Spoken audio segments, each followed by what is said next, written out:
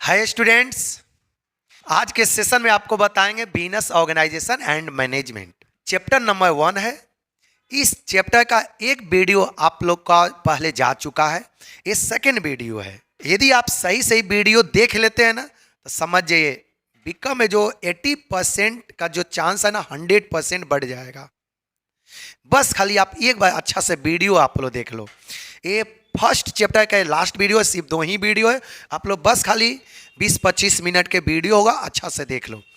और जो first video के जो लिंक होगा ना, इस वीडियो के डिस्क्रिप्शन में हम दे देंगे, आप लोग फर्स्ट वीडियो भी देख लेना। और अधिक से अधिक आप लोग वीडियो को शेयर कीजिए ताकि जो स्टूडेंट नहीं देखे वो भी देख सके। चलते आते हैं सीधे टॉपिक पर। सारे यूनिवर्सिटी में आपको लागू होगा, ठीक ना। मैनेजमेंट में भी एक चैप्टर है, वहाँ पर भी आपको हेल्पफुल होगा। चलिए आते हैं सीधे टॉपिक पर। देखिएगा, बहुत इंपॉर्टेंट टॉपिक बेटा है, एग्जाम में 100% आएगा। ये देखिए, distinction between business profession and employment exam में आएगा। इसको अच्छा से एक बार आप लोग देख लेना। बस जो भी टाइम लगे 10-15-20 मिनट, इसको आप लोग अच्छा से एक बार देख लो, ठीक ना। देखिए, डिस्टिंक्शन बिटवीन, इसको इंपॉर्टेंट कर देते हैं। Distinction between business profession and employment. देखिए, first basis of distinction business है, प्रोफेशन बाबू है, एम्प्लॉयमेंट है, ठीक ना। आगे देखिएगा, फॉर्मेशन। देखिए, personal decision and registration plus other formality need by law. Business को आपको इस्टेब्लिश करने के लिए पर्सनल डिसीजन चाहिए, रजिस्ट्रेशन चाहिए and other formality need by law.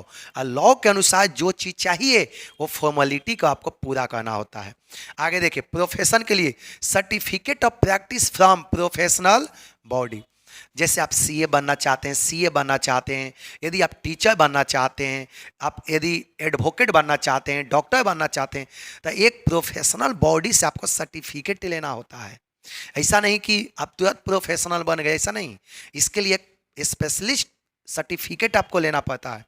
चलिए अगला पॉइंट, एम्प्लॉयमेंट कैसे बनता है? Letter of appointment. आपको कहीं देखते हैं, आपको यदि कहीं नौकरी लगा तो वहाँ से अपॉइंटमेंट लेटर आता है, इसको ज्वाइनिंग लेटर बोलते हैं। तब एम्प्लॉयमेंट कैसे फॉर्मेशन होता है? लेटर ऑफ अपॉइंटमेंट के द्वारा होता है। चलिए अगला पॉइंट देखिए, क्वालिफिकेशन। देखिए, नो मिनिमम क्वालिफिकेशन रिक्वायर्ड। देखिए, बिजनेस में आपका मिनिमम क्वालिफिकेशन की आवश्यकता नहीं है। आप देखें कि जो आदमी पढ़ा लिखा नहीं भी है वो भी आज के डेट में करोड़ों में खेल रहा है। तब बिजनेस के लिए मिनिमम क्वालिफिकेशन की कोई आवश्यकता नहीं है। आगे देखिए, इस प्रोफेशन में specialise qualification and knowledge is needed. Profession है तो इसमें आपके पास स्पेशल नॉलेज होता है। जैसे टीचर देखते हैं ना, अकाउंट के स्पेशलिस्ट, बिजनेस स्टडी का, इनकम टैक्स का स्पेशलिस्ट, मैथ का स्पेशलिस्ट, फिजिक्स का स्पेशलिस्ट, सब अलग अलग टीचर लोग भी, डॉक्टर को भी देखते होंगे। आपका ब्रेन स्पेशलिस्ट, स्किन स्पेशलिस्ट, अनेकों फिजिशियन, अनेकों डॉक्टर होता है। तो इसके लिए आपका स्पेशलाइज नॉलेज एंड स्किल चाहिए। अगला पॉइंट देखिए, एम्प्लॉयमेंट में देखिए, specialise knowledge is not required in all case. Employment के केस में आपको स्पेशलाइज नॉलेज का कोई आवश्यकता नहीं होता है। अगला पॉइंट देखिए, कैपिटल। देखिए, capital is required vary according to size of business. इसमें तो कैपिटल तो चाहिए ही, ये डिपेंड करता है आपका साइज ऑफ बिजनेस के अकॉर्डिंग। बड़े साइज का बिजनेस होगा तो कैपिटल ज़्यादा जरूरी होगा, यदि छोटा कैपिटल बिजनेस होगा तो कैपिटल की आवश्यकता कम होगी। अगला देखिए, प्रोफेशन में some amount of capital is required. Profession में भी कैपिटल की जरूरी होता है लेकिन थोड़ा कम। इसमें देखिए, एम्प्लॉयमेंट में no capital is required. Employment में आपको कोई कैपिटल की आवश्यकता नहीं होता है। अगला पॉइंट देखिए, रिवार्ड। देखिए रिवार्ड, देखिए इसमें बिजनेस में रिवार्ड क्या मिलता है बेटा? प्रॉफिट। बिजनेस में रिवार्ड के रूप में बाबू क्या मिलता है? प्रॉफिट। इसमें प्रोफेशन में रिवार्ड के रूप में क्या मिलता है? फी। और एम्प्लॉयमेंट में रिवार्ड के रूप में बेटा क्या मिलता है? सैलरी और वेजेज। ये तो समझ में आ गया। रिवार्ड बिजनेस में प्रॉफिट मिलता है, प्रोफेशन में फी मिलता है, और एम्प्लॉयमेंट में क्या मिलता है? सैलरी एंड वेजेज मिलता है। अगला पॉइंट देखिए, रिस्क। बिजनेस में बेटा प्रेजेंट रिस्क होता है, अभी रिस्क है। प्रोफेशन में भी रिस्क कैसा होता है, प्रेजेंट, लेकिन एम्प्लॉयमेंट में कोई रिस्क नहीं होता है। काम किए, गलती हो गया तो मालिक अपना समझते रहे। देखते हैं कहीं नौकरी लगता है या कोई आदमी प्राइवेट भी जॉब करता है, काम किया घर चल दिया, गलत है, क्या हो रहा है क्या नहीं हो रहा है अपना मालिक समझते हैं, काम किया उठाया बैग चल दिया, तो इसमें कोई रिस्क नहीं होता है। अगला पॉइंट देखिए, नेचर ऑफ वर्क। देखिए नेचर ऑफ वर्क, बिजनेस में क्या होता है, goods and services are produce and provided to the public. Business में क्या होता है, goods and services are produce and provided to the public. Profession में क्या होता है, professional service are render, render मतलब होता है प्रोवाइड करना। प्रोफेशन में बेटा क्या होता है, प्रोफेशनल सर्विस रेंडर किया जाता है, जैसे हम आपको पढ़ा रहे हैं, डॉक्टर डॉक्टर का काम करता है, एडवोकेट एडवोकेट के काम करता है। चलिए अगला पॉइंट देखिए, इसमें एम्प्लॉयमेंट में देखिए performing assign work by employer. ठीक, देखिए performing the assign work by the employer. अगला पॉइंट देखिएगा, ट्रांसफर ऑफ इंटरेस्ट, किसमें इंटरेस्ट को बेटा ट्रांसफर किया जा सकता है। देखिए transfer of ownership is possible with some legal formality. हम लोग बिजनेस में ऑनरशिप ट्रांसफर कर सकते हैं, मान लीजिए मेरा बिजनेस है, हम जब चाहे तब किसी और व्यक्ति को दे सकते हैं, लेकिन इसके लिए कुछ लीगल फॉर्मेलिटीज है, इसको पूरा करना होगा। इसमें देखिएगा नॉट पॉसिबल, प्रोफेशन में हम लोग ट्रांसफर नहीं कर सकते। मान लें कि हम अभी अकाउंट पढ़ाते हैं, हम यदि बिजनेस ऑर्गेनाइजेशन पढ़ा रहे हैं, तो हम बिजनेस ऑर्गेनाइजेशन का जिम्मेवारी किसी और व्यक्ति के ऊपर नहीं दे सकते हैं। जब भी बिजनेस ऑर्गेनाइजेशन पढ़ाएगा हम ही पढ़ाएंगे। आगे देखें, नॉट ट्रांसफर, देखिए एम्प्लॉयमेंट में भी नहीं ट्रांसफर होता है, जिसको जो काम मिला वही करेगा। ऐसा नहीं कि आप अपने काम किसी और व्यक्ति के ऊपर सौंप दो, ये कभी नहीं होगा। आगे देखिएगा, कोड ऑफ इथिक्स, देखिए moral and ethical code of conduct apply. इसमें आपका moral and ethical code of conduct apply होगा। जैसे सोशल रेस्पॉन्सिबिलिटी ऑफ बिजनेस, आप यदि बिजनेस को सेटअप किए तो समाज के लिए आपका कुछ जिम्मेवारी होता है, जैसे प्राइस फेयर होना चाहिए, क्वालिटी मेंटेन होना चाहिए, कस्टमर के साथ सोसाइटी के साथ सही बिहेव होना चाहिए। ये सब होता है code of conduct and moral ethical value. इसमें देखिएगा professional code of ethics apply. इसमें डॉक्टर है, टीचर है, तो इनका बहुत सा प्रोफेशनल कोड ऑफ इथिक्स है, वो आपको पालन करना होगा। और एम्प्लॉयमेंट में क्या अप्लाई होता है, rules and regulation of employer firm apply. लेकिन एम्प्लॉय में क्या बेटा अप्लाई होता है, रूल एंड रेगुलेशन, जो मालिक का नियम कानून है उसको पालन करना होता है। चलिए ये पॉइंट आपका समझ में आ गया, एग्जाम में आएगा, इसको आप लोग अच्छा से पढ़ लेना, ठीक ना। चलिए चलते हैं न्यू टॉपिक की ओर। डिफरेंस में तो किसी को कोई डाउट नहीं है। चलिए आगे चलिए न्यू टॉपिक को चलते, देखिए क्या लिखा हुआ है, कैरेक्टरिस्टिक और इसेंशियल एलिमेंट्स ऑफ बिजनेस। इस ये भी बेटा आपसे पूछता है, कैरेक्टरिस्टिक और ये क्या लिखा है, इसी को बोल, चाहे तो आपका कैरेक्टरिस्टिक पूछ सकता है या नहीं तो इसी को कैसे पूछेगा, इसेंशियल एलिमेंट्स ऑफ बिजनेस, या बिजनेस का आपका इसेंशियल एलिमेंट्स क्या है। तो देखिए पहला पॉइंट बिजनेस का बेटा क्या होता है, प्रॉफिट मोटिव। जितना भी बिजनेस आदमी सेटअप करता है सबका लक्ष्य एक ही होता है, रुपए पैसा कमाना। कोई भी आप देखो अपने मोहल्ला में, अपने लोकेलिटी में जाके देखो, सारे बिजनेसमैन का एक ही उद्देश्य होता है, प्रॉफिट कमाना। समझा, कोई भी आदमी, यदि कोई आदमी बिजनेस करता है समाज सेवा के लिए तो बिजनेस होगा ही नहीं, उसको बिजनेस नहीं कहेंगे। जब कोई आदमी बोलता है कि हम बिजनेस किए सोशल वेलफेयर के लिए, तो उसको बिजनेस कहेंगे ही नहीं। चले दे, ये लाइन समझ में आ गया।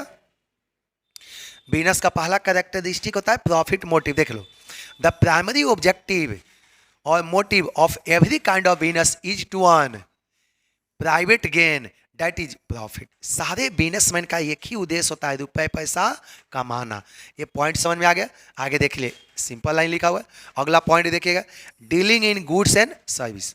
आप बिजनेस क्या चीज का करोगे, चाहे तो गुड्स और सर्विस से बेचोगे ना, कोई दिक्कत। चलिए आगे देख, dealing goods and service. Second number इसका कैरेक्टरिस्टिक बेटा क्या है, गुड्स एंड सर्विस में डील करना। देखिए business involve dealing in goods and services.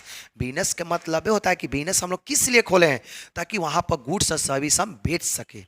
आगे देखिएगा, द गुड्स प्रोड्यूस और acquired for business purpose may be consumer goods.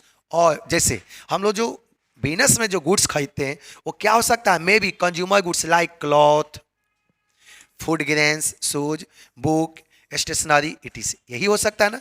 और नहीं तो दूसरा प्रोड्यूसर गुड्स भी हो सकता है, चाहे तो हम कंज्यूमर के लिए खरीद के बेचेंगे कपड़ा लता ये सब जो है, यानी तो प्रोड्यूसर गुड्स भी हो सकता है। और producer goods like machinery, tools and iron, ATC.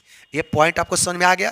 Characteristic of business में पहला होता है प्रॉफिट मोटिव होता है, और दूसरा बेटा क्या होता है, dealing in goods and services. चलिए सेकेंड पॉइंट चलते हैं। देखिए प्रोडक्शन और प्रोक्यूरमेंट और एक्सचेंज ऑफ गुड्स।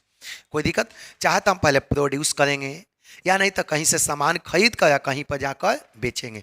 ये पॉइंट समझ, देखिए बहुत सिंपल लाइन लिखा है, since it is the function of, since it is the function of every business enterprise to provide goods to people for price at profit। ये तो जान ही रहे। आगे देखे, it is necessary that these goods be either produced or procured or exchanged so that they can be sold for value. देखिए यही line हम आपको समझाएं। आप यदि प्रोड्यूसर हैं, ठीक, तो चाहे तो पहले सामान को प्रोड्यूस करेंगे उसके बाद मार्केट में बेचेंगे, या नहीं तो आप ट्रेडर हैं। आप सिंपल बेटा क्या है, ट्रेडर। तो आप क्या करोगे, यदि ट्रेडर है तो कहीं से सामान खरीद कर लाएंगे या कहीं पर जाकर बेच देंगे, यही होगा ना। चाहे तो प्रोडक्शन कर के बेचेंगे या नहीं तो कहीं से खरीद कर कहीं पर जाकर बेचेंगे, यही दो होगा। चलिए अगला पॉइंट, जितना हमने अंडरलाइन किया आप लोग कॉपी में नोट कर लो, यही आपके लिए इंपॉर्टेंट है। चलिए अगला पॉइंट चलते हैं। देखिएगा अगला 4 पॉइंट है regularity and continuity of transaction. देखिए एक बिजनेस का 4 नंबर जो कैरेक्टरिस्टिक है क्या होना चाहिए, रेगुलरिटी या कंटिन्यूटी होना चाहिए। मान लें कि हम बिजनेस खोले, एक सप्ताह में एक दिन बिजनेस को खोलते हैं तो उसको बिजनेस नहीं कहेंगे कभी। बिजनेस का मतलब बिजनेस कंटिन्यू होना चाहिए। मान लें कि आप जाकर कपड़ा का दुकान कर दिया, महीना में एक दिन खोलते हैं दिया जलाने के लिए, तो उसको कभी भी बिजनेस नहीं कहा जाएगा। बिजनेस कब कहेंगे, जब बिजनेस में कंटिन्यूटी होना चाहिए, प्रत्येक दिन बिजनेस को ओपन होना चाहिए ताकि कस्टमर आपसे डिससेटिस्फाइड ना हो। यदि बिजनेस प्रतिदिन ओपन होता है ना तो कस्टमर का विश्वास बना रहता है। चलिए अब देखिएगा पॉइंट 4 नंबर समझ में आ गया, regularity and continuity of transaction. देखिए to constitute business there must be regularity and continuity of transaction। देखिए टू constitute बिजनेस के लिए क्या होना चाहिए, to constitute business there must be regularity and continuity of transaction। समझ में आ गया, ट्रांजेक्शन का कंटिन्यूटी होना चाहिए, रेगुलरिटी होना चाहिए। अगला पॉइंट देखिए 5 नंबर, ह्यूमन इकोनॉमिक एक्टिविटीज। ठीक है ना, आप जान ही रहे हैं कि बिजनेस में ह्यूमन एक्टिविटी होता है। बिजनेस में जो भी व्यक्ति इन्वॉल्व होता है सभी को क्या चाहिए, रुपया पैसा चाहिए। कोई भी आदमी यदि बिजनेस में शामिल है ना, कोई भी ये नहीं बोलेगा कि नहीं हमको रुपया नहीं चाहिए। All people engage in business activity for earning profit. सारे व्यक्ति जो बिजनेस में शामिल होता है ना उसका एक ही उद्देश्य होता है, रुपये पैसा कमाना। चलिए ये पॉइंट आपको समझ में आ गया। देखिए ह्यूमन इकोनॉमिक एक्टिविटी देख लीजिए, business is a human economic activity. देखिए any activity undertaken by person without any economic consideration will not be part of business. देखिए कितना सिंपल लाइन लिखा हुआ है, बोला कि यदि कोई भी एक्टिविटी जो इकोनॉमिक एक्टिविटी से रिलेटेड नहीं है या इकोनॉमिक कंसिडरेशन नहीं है तो आपका बिजनेस नहीं होगा। अगला पॉइंट देखिए इंटरप्रेन्योरियल नीड्स। देखिए बिजनेस में तो 100% आवश्यक होता है इंटरप्रेन्योरियल का। इसका मतलब है कि एक इन्वेस्टर होना चाहिए, ए रिस्क टेकर होना चाहिए। ठीक ना, ऐसा नहीं कि इन्वेस्ट कर दिए हम डर है बाप रे बाप पैसे डूब जाएगा, वैसा नहीं होना चाहिए। ए रिस्क टेकर भी होना चाहिए, रिस्क टेकिंग करने के लिए रेडी होना चाहिए। चलो पैसा डूबा तो डूबा, वो बिजनेस में सक्सेस होता है। यदि कोई आदमी इन्वेस्ट किया डरता है बाप रे बाप लगता है कि पैसा वे डूब जाएगा, तो आदमी कभी सक्सेस नहीं होता है। समझ आ गया ना। चलो देख लो क्या लिखा हुआ है, for starting and running business there must be someone who take the initiative and to bear the risk. समझ में आ गया ना, he is called the entrepreneur. इसको क्या बोलेंगे, एंटरप्रेन्योर। चलिए अगला पॉइंट लास्ट पॉइंट है क्रिएशन ऑफ यूटिलिटी। बिजनेस वैसा होना चाहिए जो समाज में यूटिलिटी को क्रिएट कर सके। आप लोग यूटिलिटी तो जान ही रहे हैं, यूटिलिटी किसको कहते हैं? Power of commodity to satisfied human wants. कोई भी गुड्स का वैसा पावर जो किसी व्यक्ति के वांट को पूरा कर दे। समझ में आ गया ना? तब बिजनेस वैसा होना चाहिए जो मार्केट में यूटिलिटी को क्रिएट करे। ठीक ना? आगे देख लीजिएगा। Business create utility in goods so that consumer may use them according to their needs and performance. समझ में आ गया ना? चलिए, ये आपका कैरेक्टरिस्टिक क्या हो गया? समाप्त हो गया। चलिए, जितना हमने अंडरलाइन किया आप लोग कॉपी में जरूर नोट कर लेना। चलिए नेगा फटाफट देखिए क्या लिखा हुआ है। फंक्शंस ऑफ बिजनेस, देखिए फंक्शंस ऑफ बिजनेस और फंक्शनल एरिया ऑफ बिजनेस, ये भी इंपॉर्टेंट बेटा है, आप लोग सही सही पढ़ के जाना एग्जाम में। ये भी क्या है? इंपॉर्टेंट है। फंक्शंस ऑफ बिजनेस या इसी को बोलते हैं फंक्शनल एरिया ऑफ बिजनेस। चलिए एक एक करके बिजनेस का फंक्शन आपको बताते हैं। चलिए देखिएगा, देखिएगा एक बिजनेस का जो पहला फंक्शन है ना, देख लीजिए। Some of the important functions are discuss below. देखिए एक बिजनेस का सबसे पहला फंक्शन है प्रोडक्शन फंक्शन। प्रोडक्शन फंक्शन का मतलब होता है प्रोडक्शन से रिलेटेड प्लानिंग करना। देख लो प्रोडक्शन, पहले आपको लाइन बाय लाइन समझा दे, उसके बाद देखिए प्रोडक्शन फंक्शन क्या होता है। देखिए manufacturing function involve the process through which raw materials are converted into finish product. देखिए प्रोडक्शन फंक्शन मतलब एक प्रोसेस होता है जहां पर रॉ मटेरियल को फिनिश गुड्स में हम लोग क्या करते हैं? कन्वर्ट करते हैं। देखिएगा production is an highly specialise and mechanism system. Production ऐसा नहीं होता है कि जो मन के वो बना दिए मार्केट में बिक जाएगा, नहीं।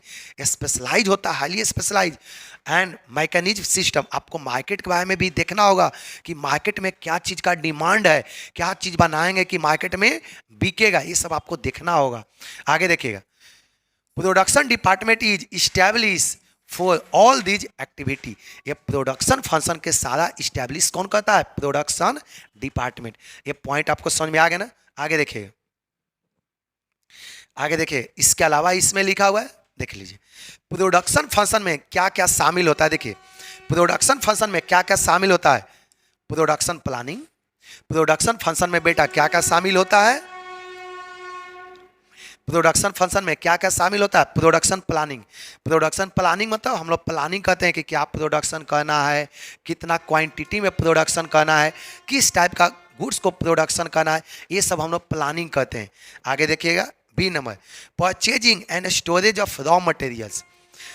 प्रोडक्शन फंक्शन में बेटा ये भी शामिल होता है purchasing and storage of raw materials. ये देखा जाता है कि कितना परचेज करें, कितना रॉ मटेरियल को स्टोर करके रखें ताकि किसी तरह का शॉर्टेज ना हो। इसके अलावा इसमें बेटा क्या है? Material handling and inventory control. समझा? इसमें यह भी देखा जाता है कि मटेरियल सही सही हम रखे हैं कि नहीं, इन्वेंट्री के किसी तरह का नुकसान तो नहीं ना हो रहा है, ये सब देखा जाता है। अगला पॉइंट देखिए प्रोडक्ट डिजाइनिंग। ये देखा जाता है कि हम किस डिजाइन का प्रोडक्ट बनाएं ताकि मार्केट में ज़्यादा से ज़्यादा बिक सके, नए नए कस्टमर को अट्रैक्ट कर सके, इसमें ये देखा जाता है। अगला पॉइंट देखिए प्लान लेआउट। अगला पॉइंट देखिएगा रिसर्च एंड डेवलपमेंट। रिसर्च भी देखते हैं कि मेरे लिए अगला प्रोडक्ट क्या बेस्ट है। चलिए तब प्रोडक्शन फंक्शन में ये सारा चीज़ आएगा, कोई दिक्कत? प्रोडक्शन फंक्शन में ही ये सारा चीज़ आता है। प्रोडक्शन फंक्शन में हम लोग इतना सारा काम करते हैं। चलिए सेकंड पॉइंट पर चलते हैं। देखिए सेकंड फंक्शन होता है मार्केटिंग फंक्शन। मार्केटिंग फंक्शन में हम लोग, मार्केटिंग तो आप जान ही रहे हैं, मार्केट के बारे में सर्च करना कि कस्टमर किस तरह के गुड्स चाहता है। आप जानते हैं कि वही बिजनेसमैन मार्केट में टिक पाता है जो मार्केट के अकॉर्डिंग चलता है। मार्केट के अनुसार यदि आप नहीं चलोगे ना तो आप मार्केट में अधिक दिन तक और लंबे समय तक आप नहीं टिक पाओगे। तो वही बिजनेसमैन लंबे समय तक मार्केट में टिका रहता है जो मार्केट के अनुसार चलता है। ये पॉइंट आप लोग को सबको क्लियर हो गया ना? चलो देखिएगा तो मार्केटिंग फंक्शन क्या होता है। देखिए another function of business is marketing of product. देखिएगा marketing function involve the distribution of goods and service. Marketing function का सिंपल क्या है? गुड्स और सर्विस को डिस्ट्रीब्यूट करना है, कहाँ तक? कस्टमर के पास। आगे देखिएगा it involve development and use of appropriate marketing mix consisting. Marketing mix आप लोग जान ही रहे, 12th क्लास में भी पढ़े होंगे, आगे भी पढ़ोगे मार्केटिंग मिक्स। देखिए consisting of price. Marketing mix में क्या क्या होता है आप पढ़े, प्रोडक्ट होता है, प्राइस होता है, फिजिकल डिस्ट्रीब्यूशन होता है एंड प्रमोशन। ये मार्केटिंग मिक्स का 4 गो एलिमेंट होता है, आप लोग जानते हैं ना, product, price, physical distribution and promotion. ये चारों के अनुसार मार्केटिंग होता है। आगे देखिएगा, generally marketing department is establish to perform as follow below. ध्यान से देखिए, मार्केटिंग फंक्शन में क्या क्या बेटा शामिल होगा। पहला देखिएगा, product designing according to change. Market में जैसा चेंजिंग हो रहा है ना, उसके अकॉर्डिंग प्रोडक्ट का डिजाइनिंग करना। अगला पॉइंट देखिए, पैकेजिंग द प्रोडक्ट। इसके अलावा आपका क्या होता है मार्केटिंग फंक्शन में, प्रोडक्ट का पैकेजिंग करना ताकि ज़्यादा अट्रैक्टिव लगे। अगला पॉइंट देखिए, ब्रांडिंग एंड लेबलिंग। इसमें क्या होता है ब्रांडिंग करना, लेबलिंग करना ताकि यूनिक में आप पहचान बन सके। इसके अलावा प्राइसिंग द प्रोडक्ट, सही प्राइस रखे ताकि कस्टमर आसानी से उसको परचेज कर सके। अगला पॉइंट देखिए, deciding the distribution channel. Distribution channel मतलब कस्टमर के पास भेजना है तो कैसे भेजेंगे, डायरेक्ट चाहे तो रिटेलर को बेचेंगे, या नहीं तो पहले होलसेलर को बेचेंगे उसके बाद रिटेलर को, या नहीं तो एजेंट के थ्रू। तो ये सब आप लोग पढ़े भी हैं। अगला पॉइंट देखिए, एडवर्टाइजिंग एंड पर्सनल सेलिंग। क्या एडवर्टाइज करवाया जाए या पर्सनल सेलिंग, मतलब पता है ना, फेस टू फेस सेलिंग, घर घर जाके सामान को बेचा जाता है। तो सेकंड फंक्शन तो आप लोग को समझ में आ गया। चलिए अब आते हैं थर्ड फंक्शन, फिनांस फंक्शन। देखिए थर्ड पॉइंट, फिनांस फंक्शन। देखिए फिनांस फंक्शन मतलब होता है रुपया पैसा बिजनेस के लिए कहाँ से आएगा। आज के डेट में जो फिनांस है ना, बिजनेस के लिए लाइफ लाइन बन चुका है। आप जानते हैं कि वही बिजनेस के सक्सेस का ज़्यादा चांस होता है जिसमें कैपिटल इन्वेस्टमेंट ज़्यादा होता है। जिस बिजनेस में कैपिटल इन्वेस्टमेंट कम होता है ना, उसको सक्सेस की समस्या कम होता है। ठीक ना, चलिए देख लीजिएगा, जो बिजनेस में कैपिटल कम होगा वो बहुत कम चांस होता है उसका सफल होने का, सक्सेस होने का। चलो देखो, बहुत सटीक लाइन लिखे हैं। देखो, finance in the life line of business. Finance बेटा क्या है, ये लाइफ लाइन ऑफ बिजनेस होता है। फिनांस के बिना कोई भी बिजनेस सक्सेस नहीं हो सकता है। देखिए, finance is needed for fix capital and working capital. Finance क्यों चाहिए, फिक्स कैपिटल के लिए, फिक्स कैपिटल तब जान ही रहे आपको, लैंड, बिल्डिंग, मशीन, टूल्स खरीदने के लिए। वर्किंग कैपिटल मतलब डे टू डे एक्सपेंस के लिए, जैसे रॉ मटेरियल खरीदना है, रिपेयर मेंटेनेंस के लिए, साफ सफाई के लिए, स्टेशनरी के लिए, ये सब क्रेडिटर को पेमेंट करने के लिए, ये सब के लिए जो डे टू डे एक्सपेंस के लिए जो चाहिए ना, उसको बोलते हैं वर्किंग कैपिटल। आगे देखिए, in a healthy enterprise there should be regular flow of fund. एक हेल्दी इंटरप्राइज के लिए क्या चाहिए ना, क्या चाहिए, रेगुलर फ्लो होना चाहिए फंड का। आगे देखिए, इसमें क्या क्या शामिल होगा, इसमें क्या क्या इंक्लूड होगा, फिनेंशियल फंक्शन में क्या क्या शामिल होगा, फिनेंशियल प्लानिंग, जैसे एस्टिमेशन ऑफ फिनेंशियल रिक्वायरमेंट, ये देखना कि हमारे कितना फिनांस की आवश्यकता है। इसके अलावा देखिएगा, determination of sources of finance, कहाँ से रुपया आएगा, ये सोर्सेस को देखना। इसके अलावा देखिएगा, deciding about capital structure. Capital structure मतलब जान ही रहे, it is the mixture of equity share, debenture, preference share, ये सब का मिक्सचर को। मान लीजिए हमको 10 लाख रुपया चाहिए, मान लीजिए कि कंपनी डिसाइड की कि हमको कितना चाहिए, 10 लाख। तो कंपनी सोच रही है कि कितना इक्विटी शेयर से आए, कितना डिवेंचर से आए, कितना बैंक लोन से आए। इसका मिक्सचर को बोलते हैं, सारे कैपिटल के मिक्सचर को बोलते हैं कैपिटल स्ट्रक्चर। आगे देखिएगा, management of working capital, deciding the dividend policy, ये तो समझ में आ गया। चलिए अगला पॉइंट देखिए, personal function. Personal function last point है।